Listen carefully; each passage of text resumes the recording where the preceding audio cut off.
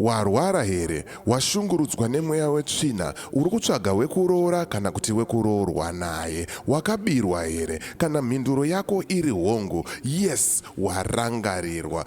St. Angel's Apostolic Church presents crossover night with the Bishop Samuronda live in South Africa, 31st of December, time 8 p.m. till 6 a.m. Venue, Lord Kanyile Community Hall, Ivory 2 Midrand in South Africa. Healing and deliverance, plus one-on-one sessions available. For more information, please contact the numbers on your screen. Uyai tiyambuke tiri pamwe chete muchitima chemweya.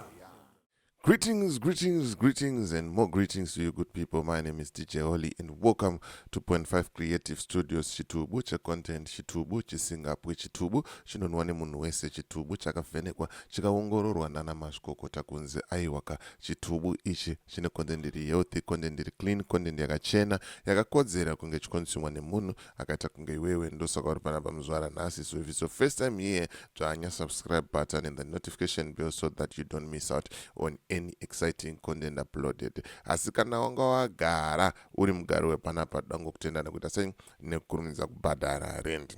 Hanzi vakomana havasi kurara, vari mubishi kutsvaga kwavangawane masimba ekuti varambe vachitonga nyika. Panapa ndine vhidhiyo remukuru ari musvondo pachiimbwa kambo hanzi nezimu ai vari kutsvaga anointing kuti vazodzwe varambe vachitonga. Takaona general vachiita zvavaita vari kuIndia. Tine shamwariwo dzedu dzatinowirirana nadzo dzinobatawo mushonga.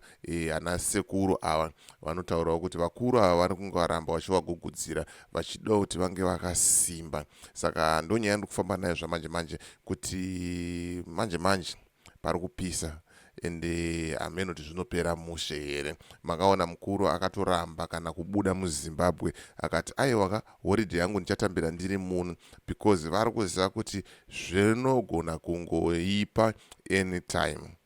Ende vachiwenga vakapiwa 10 days dzekutonga chete, vakatocalculaterwa wanzi pa 9 days dzako idzodzidzi hapana chaunokwanisa kuita kana chaunoronga chinoita sei chinobudirira.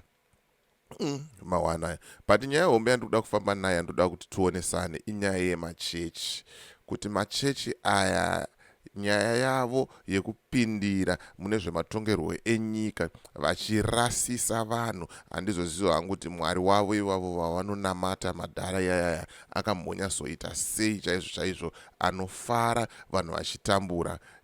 Vapedza kudaro ombowatsenhura kasong kekuti 2030 achange aripo. Mawana pane discussion yaitwa na comrade Mabhunu na Simba Chikanza na Nyoni Howard na brother Nyoni. Ndichauya nayo panapa ndokunzwisaiwo mashoko avanga vachitaura vakomana ivava vachionesana kuti vanhu ava vanhu vefeki, vanhu ava vangoripo pakuda kudya kuti vaite sei vagute chete, vafadze dumbu ravo.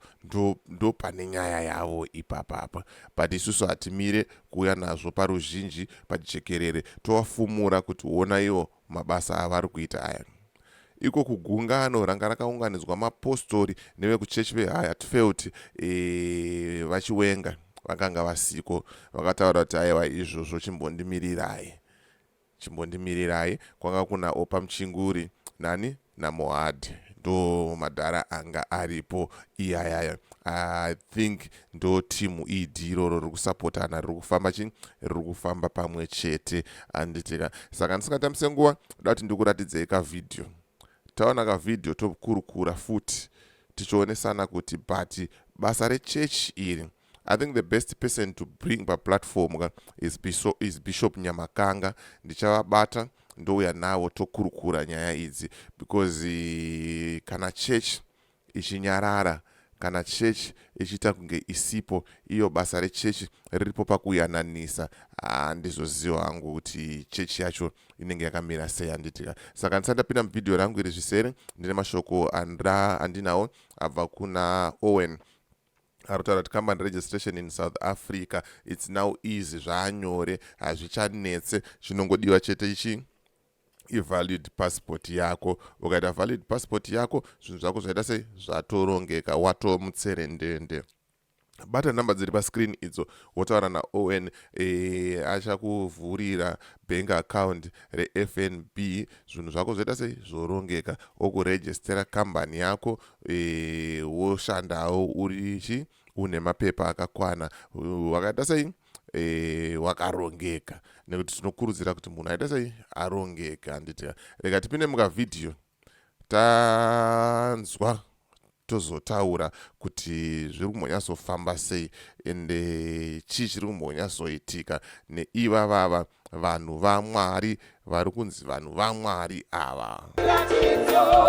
Baburu wayo matishamisa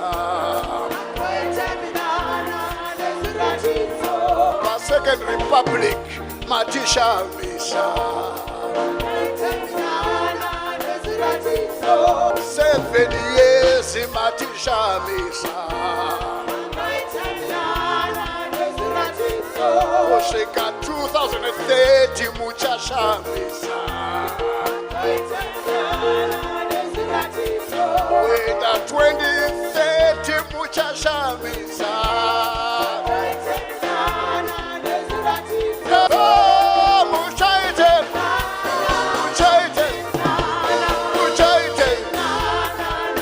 One more time. Takudana ijesu munoshamisa.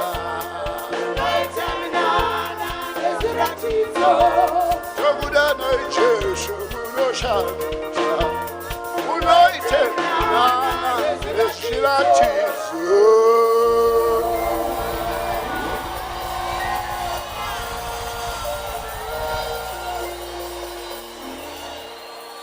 Hallelujah. Hallelujah. Amen. Ayo, hallelujah. Isingala sunakisa. Rekani kuthi second dispensation. Hallelujah. Let us bow our heads before the Lord. Each one of us, just humbly, put your left hand over your heart. That's your spirit. Damaged by sin. That's where Jesus wants to live. When you invite him back again. Let's lift up our right hands to the Lord.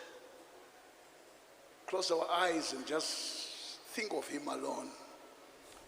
Take my words, make them your words to the Lord. Aloud. Let's say together, dear God, I come to you today. I want the Spirit that lifts up my people and encourages them in the land you gave us. I want the spirit of Caleb and Joshua. And I want to stand in the nation which you have given us and to do my part to build it to be a heaven for the future. I can't do it if my heart is not helped by you to overcome my sin and wickednesses. And today, right, mazvinzwira mega, mazvionera mega, zviri kuitika pakashata. Ndo vanhu vacho vatinotarisira kuti vaite sei vange vachitotinunura, vange vachitomira pakati pehurumende neruzhinji, vachitsurawo vakuru ava kuti vakomana kuuya kuchechi kwakanaka zvenyu, but honai kapa muri kumboita muchibhaisa apa, itai muchigadzirisa apa neapa. But the problem iri kuitika manje ndeyekuti vakomana ava vanenge vachitodyawo, vanenge vachitonakirwawo nemari inenge ichitobvawo kuhurumende. Saka at the end of the day vakomana varipo pakuita sei pakungoti vagute ivo nemhuri dzavo. Ende mukaona vanhu vese vari kutamba muchechi umo, vari kupururudza, vari kuita sei, vari kudzokera vachinosvika kumba kusina magetsi. Vofara kuti tatine mukuru wenyika kuchechi, vakuenda kutoyazi vari kushandisa bucket system. Vofara futi tatine mukuru wenyika kuchechi, but vakuru ava zvinhu zvavo zvakarongeka, vane masola, zvinhu zvavo zvinenge zviri in order, zvinhu zvavo zvakaita sei zvinenge zviri zvakatwasuka, mari dzavo vanenge vanadzo dzishoma idzodzo dzavanenge vaita sei vakubirai futi kuchechi mamanikidzwa kubviswa chegumi. Handitika zvikanzi God and ZANU-PF, they are in parallel lines, they never meet. Mawana ndozviri kutaurwa panapa, hanzi Mwari neZANU-PF zvakatosiyana, inzira dzakasiyana zvokuti hadzife dzakasangana zuva iroro. Zvikanzi it was a very blessed day, a nation that prays for the president. Ndovanga pano yavatendorazi, vapiwa matendorazi nzi vapinde vachitaura vachitaura zvisina basa. Zvikanzi machechi awa ndiwo mamwe achati dhaka aya. Exactly, ndo vamwe makaona vamukuru wenyika anga ari kwamakandiwa achinoita official opening, ndo vamwe vanenge vakanyarara vachidya, vanenge vane maminds egoridhe vachiita zvinhu zvavanenge vaita sei vachiita zvavo vachitibhaisa. Zvikanzi 2030 is a lifetime to talk about, even for the singer. Uri kuoneka utano hwemukuru kuti kufuta kwaakaita ukoko ma1 ndo panga pachitaurwa namukoma award. Zvikanzi unoti Mwari kana atendera ramangwana ndichada sei ndichariona, because hanzi shoko raMwari rinotaura kuti hapana anotozivawo kuti chii chichaitika mune ramangwana. Saka hanzi uyu ari kutaura kuti 2030 zvinogona kutomuremera chaizvo chaizvo. Zvikanzi mazimbavha anoba nebhaibheri. Vakashata, vari kupisa, vanhu havasi kutomboda zvese izvozvozvo, vanhu vakatsamwa. Zvikanzi internet will not forget this, 2030 kure hakusvikike. Zvikanzi panochorwa munhu, tichaona kuti zvichafamba sei.